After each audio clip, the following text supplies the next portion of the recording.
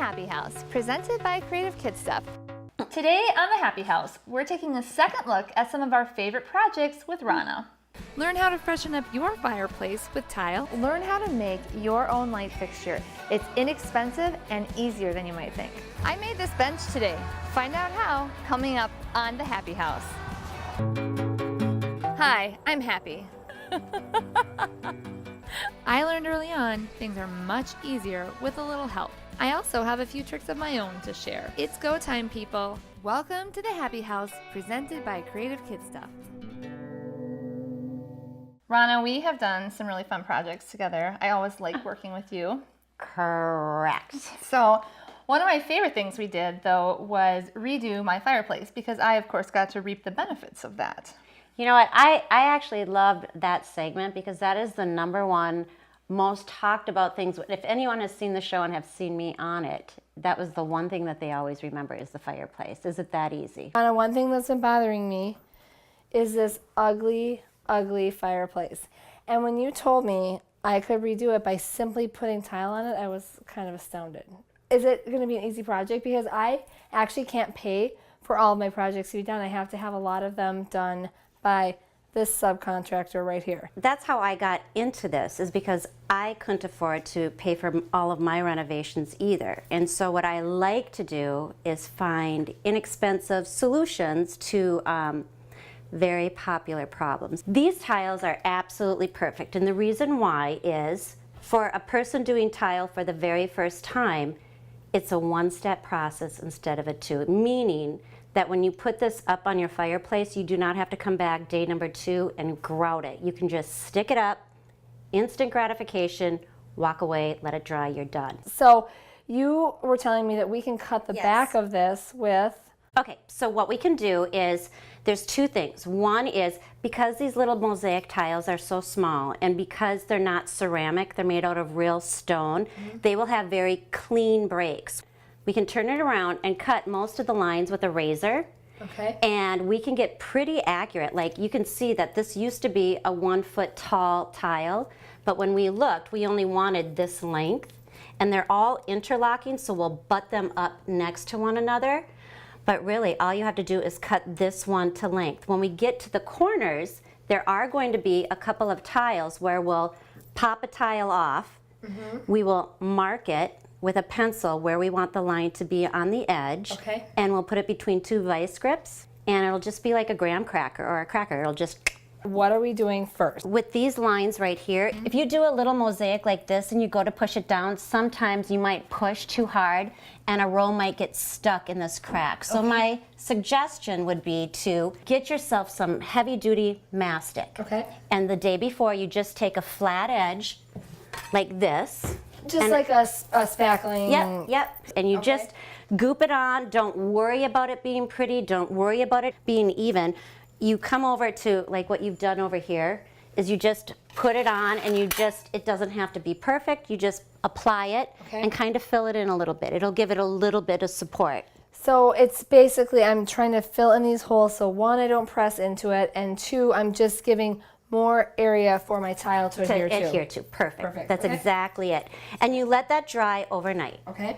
Once that's dry, then the fun begins. And you come back day 2 and you can put your tile up and you can see exactly what it's going to look like. So I have put some mastic on this area. Should we put a first tile on? Because I actually have never laid a tile in my life. Can we start and see what that's going to be like? No, I'm just kidding. No, we cannot. Yes. Calm, cool, and collected. This is how we do projects here.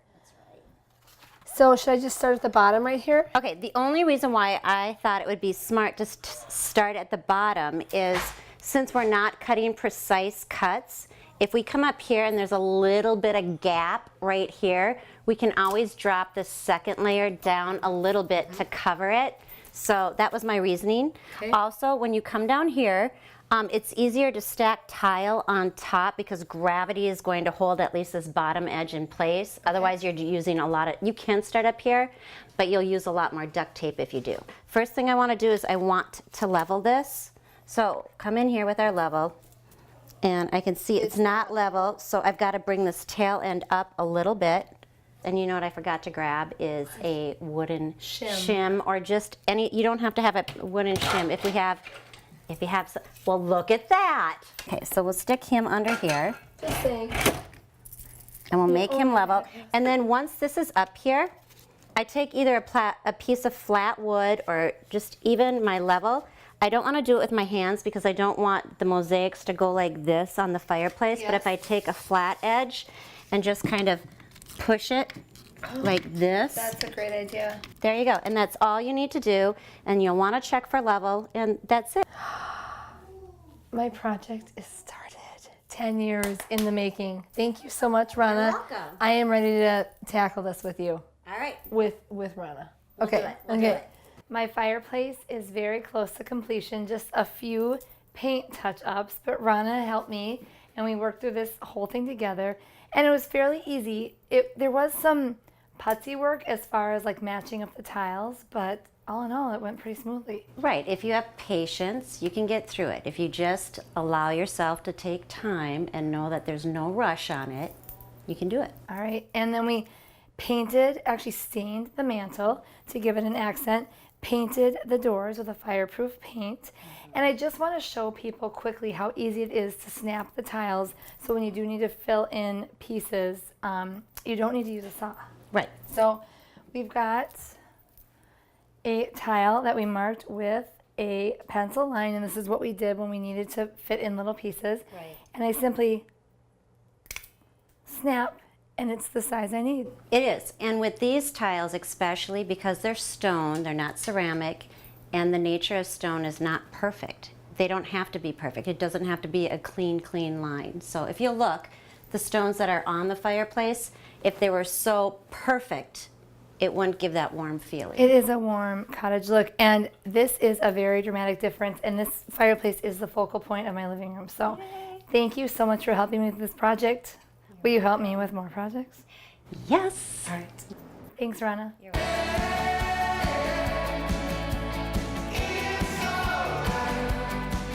Another one of my favorites is the homemade light fixtures for a couple of different reasons. Can you think of why? Okay, so when we were filming that, no sooner had I uttered the phrase, "No, don't worry about the amount of pressure, you won't break the," and as soon as I said the word glass, the globe shattered. That didn't work so good that time. And then there was that. So that is probably my favorite part of the Yeah, that one segment, too. but also learning how to make really expensive looking light fixtures out of nothing. Lighting is a key element of every room, but can be very expensive. I am here with Rona, and she's going to show me how to make my own really cool light fixtures. I am. I have been seeing this trend a lot where it's like almost like repurposed glass or containers or vessels, and it's expensive, Rona. Very expensive. I'm on a budget. You know what? I love to hear that because I love to come up with ideas on how to repurpose things that we have, save a little money along the way, and get a quick facelift. And so when you showed me that, I just thought to myself, you know what? We can do better. We don't have to pay the big price tag. And I went in my closet and I found several old flower vases, cookie jars. So I don't want to hurt your feelings. This is pretty much the ugliest thing I've seen in a really long time. I know it is as that, but if you take this off, Yeah. flip it over, and now it's really not too far away from a lot of the light fixtures that we're seeing. There's those ugly green vases too, that when you look at it as a flower vase, it doesn't do much for you. No. But if you flip it over and imagine it hanging from a fixture, Yes. it just gets a completely different feeling. We've got some vessels here. How do we get started with this? All right, so the big thing is you have to get the proper drill bit. All right, so when you're going through glass, you can't just use a normal, everyday going through wood drill bit. So there is one out there. I grabbed a 1/2 inch. It's for ceramic tile and glass. It does work. It doesn't shatter the glass, but I'm going to let you know that it takes at least 5 to 10 minutes of drilling constantly to get this to go through thicker glass. If you have a thinner piece, it won't take as long, so don't get dismayed. But you'll need a drill bit, a ceramic or glass drill bit. So you have one that you've already started, and then we're going to wire it into the ceiling. Right, But so just to give an idea. everybody an idea of what's going to be happening, this looks so glorious. You have this beautiful Edison light bulb in here, but what if I have something like this? Worries me that it would get too hot. I would go ahead and just get an LED bulb. Those never get too hot where you can't touch them. Okay. And I would use an LED bulb in there. And those LEDs last like 20 years. Which is nice. Which is really nice. Yes. Okay, so before we get started on the drilling, we've talked about the drill bit, but tell me every Everything? tool I need. Yes. Okay. So first thing you do is you get a little kit. Okay. Kit is about $16 at one of your box stores, and it comes with the parts that you need to attach it to the ceiling and the socket, everything. So that's the first thing. All right. Second recommendation, if you want that true vintagey look, I'd get an Edison light bulb.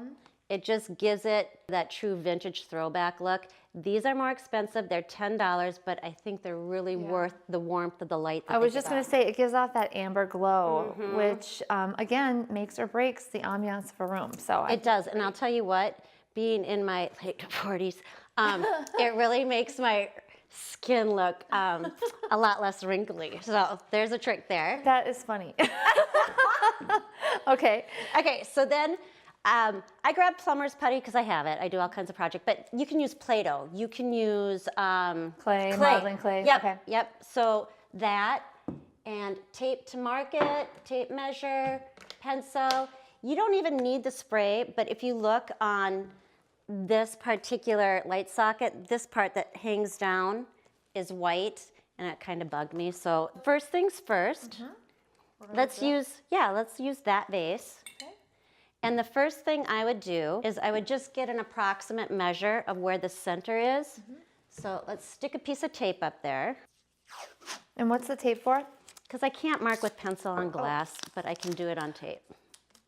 So I go approximately, that should be in the center area. Okay, so now go 2 ways, 5 1/2, which is 2 3/4. All right.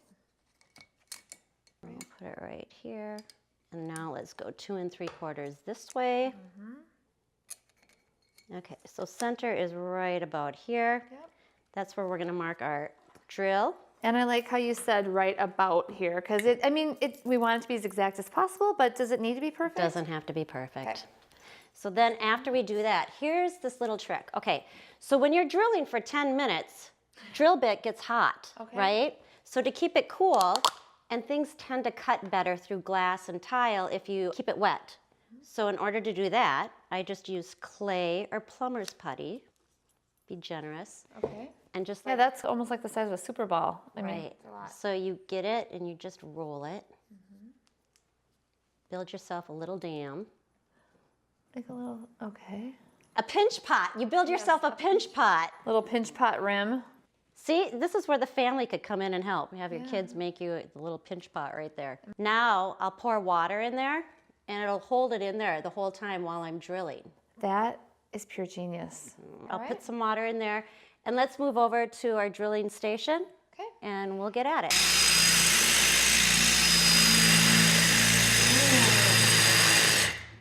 So now that we've drilled the hole, and remember when you're drilling the hole, don't apply too much pressure because if you do, you could potentially That didn't work so good that time. break through the glass. So just even steady Okay. for future reference. We're opening our light kit, and when you do, it comes looking something a little like this, all right? What is all this? Well, this right here is the part that attaches to the ceiling. Okay. So it goes up like this. This, we are going to remove so we can run our cord through our hole. Got it. So you need a little flat screwdriver.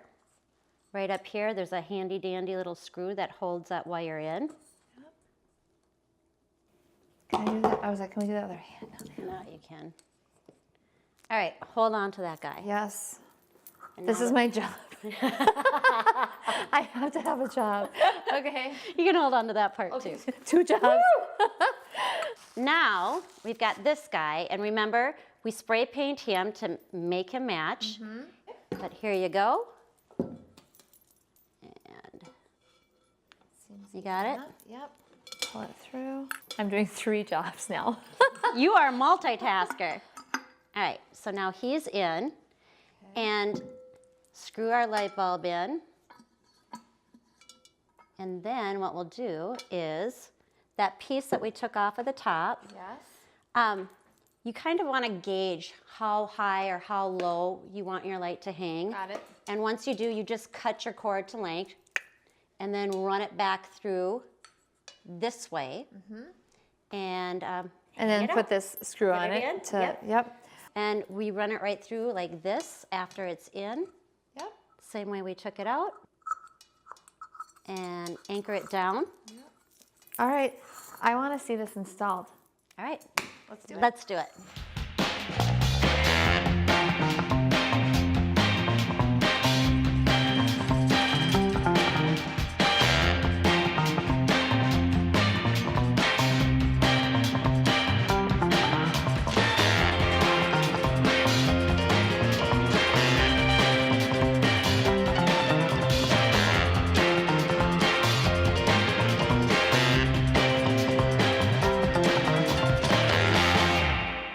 That light fixture is beautiful. How much do you think that cost us? $15 for the cord, free for the glass, $10 for the drill bit, all in, $25, $30, under $30. That is so great. Thank you so much for You're teaching me that. Love it. Girls with Tools, coming up next. We're building things.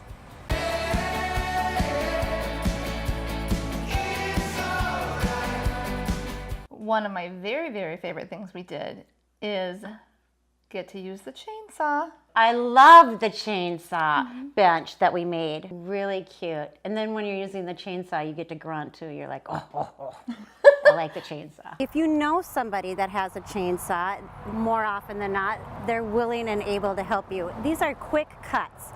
And somebody who's handled one before can do it real quick, real fast. All right. Let's talk about the process of how we got everything level and how we knew our bench was going to be level. The very first thing we did is we took the logs, made a clean cut off the bottom.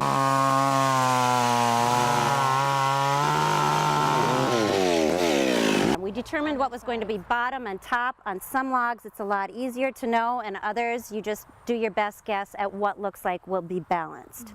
And then after that, trying to find a level line is a little difficult when you're dealing with bark and logs. So what we determined to be the easiest way was just get yourself a tape measure, figure out what height that you want the bench seat at, and start out, just go around the log and put little pieces of tape right at that mark. So this mark right here is about 16 inches.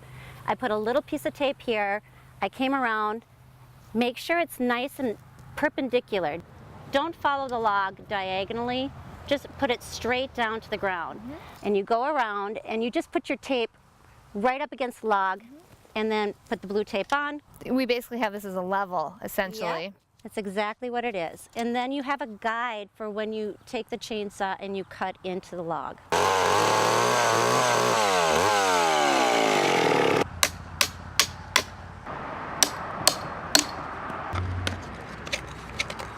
Just to make sure it would hug the bench, we came in about 8 inches. So this way there's a little wiggle room that if you need to shim it on the bottom a little bit to lift the bench seat up. To make it level. Shim it, yep, or shim it down from the top to drop the bench down a little bit. That's how you do that. All right, so what's our next step? I'm ready. I mean, All we're going to do now is take the board, pound it in, and we got a bench. our work here is done. Easy breezy. Okay. And this board I purchased at my local hardware store, and it was not very expensive at all. I'm grabbing a piece of wood so when I pound it in, I don't damage the side of this piece of wood. All right. That didn't hurt you too badly? No. You are a tough cookie. Okay. You ready? 1, 2, 3.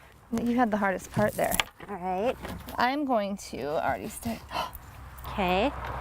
And then, I need to shimmy this down just a little bit. here, if you want to hold this, I can shim. Or I can. you can. It's my bench. And then when it's all said and done, I'll knock that in one more time. Okay. Take a marine grade poly and poly this board. You don't have to do much with the log. If you want to poly the log, you can spray it with a poly, but It's been around for a while. it has. It's not going anywhere anytime soon. But this board, however, though, is raw and porous.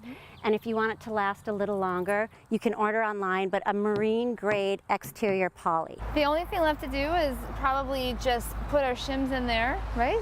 Right, we'll snug it up with some shims and then we'll break them off.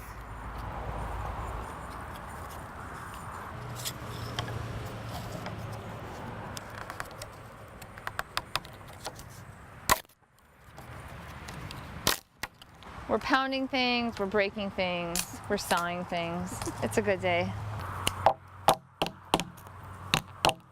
There you go. I think I'm ready to try out my new bench. Have a seat. I love it. I love it too. Thank you, Rona. You're welcome. What's our next project? We'll have to talk about it over a glass of wine, maybe. I love that story. Let's do that. Okay. And I'm cracking the board.